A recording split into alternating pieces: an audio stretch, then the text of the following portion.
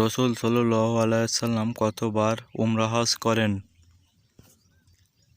সঠিক উত্তরটি হবে 4 বার।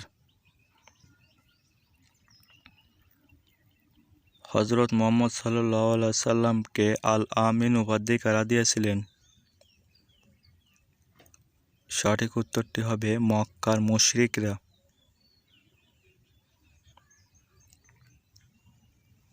নবী রাসূলের নামে শপথ করা কি?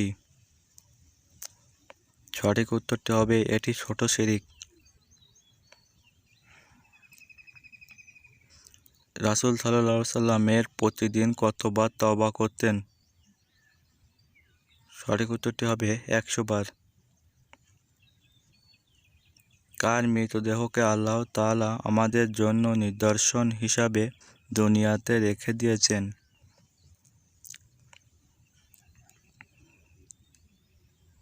সঠিক উত্তরটি হবে ফিরআউনের।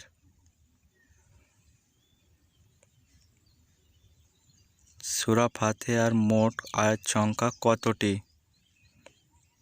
সঠিক উত্তরটি হবে 7টি। মানুষের ঈমান কমে এবং বাড়ে কথাটি কি? সঠিক উত্তরটি হবে কথাটি ঠিক।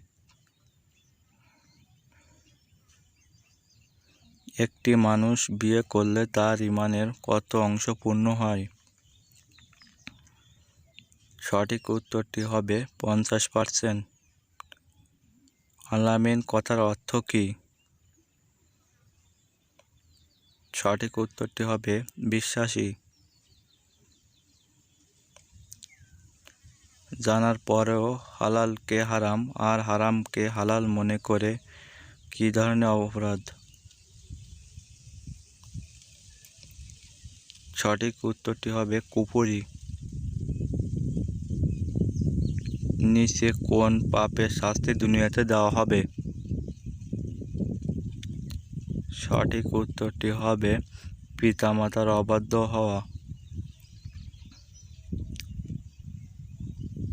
হযরত মুহাম্মদ সাল্লাল্লাহু আলাইহি সাল্লামের সম্পূর্ণ নাম কি? সঠিক উত্তরটি হবে হযরত মুহাম্মদ ইবনে আব্দুল্লাহ।